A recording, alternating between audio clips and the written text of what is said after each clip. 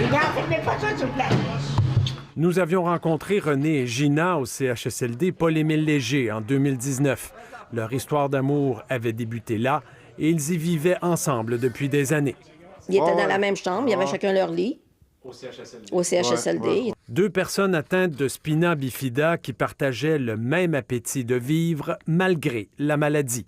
René avait demandé la main de Gina en 2012.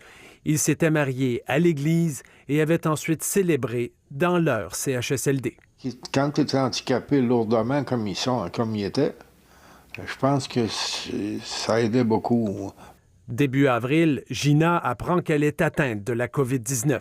Moi, j'ai essayé beaucoup de l'encourager en lui disant Gina, t'es forte, toute ta vie, tu t'es battue, puis tu vas voir, tu vas passer à travers, lâche pas. Mais la maladie progresse. Gina est transférée sans René à l'hôpital. Elle nous a Skypé, puis elle pleurait, puis elle était toute en envers. Là, elle avait peur, qu'elle disait. Elle savait qu'elle allait mourir. Là.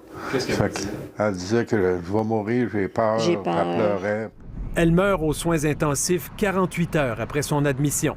Son conjoint René est abasourdi par la disparition de sa femme, surtout qu'il apprend qu'il est lui aussi atteint de la COVID-19.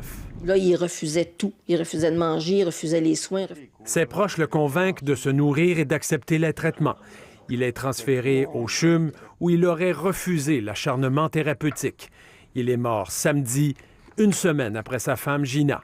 On ne sait pas ce qui s'est passé. On ne peut pas juger les autres qui étaient là puis risquaient leur vie. Pas question pour la famille de blâmer le réseau de la santé, même s'ils auraient souhaité pouvoir être auprès d'eux à leur départ. T'sais, dans la vie, à un moment donné, on peut avoir peur. Puis on a le goût de se réfugier avec la personne qu'on aime ou les personnes qu'on aime, pour s'entraider puis tout ça. Puis elle avait peur, là. Mais il n'y avait pas personne pour y tenir la main, là. Dans le CHSLD où il vivait, l'angoisse grandit auprès des autres handicapés qui vivent là. Une vingtaine d'autres résidents sont atteints et sont rassemblés dans une section pour tenter d'éviter la contagion. Ici David Gentile, Radio-Canada, Montréal.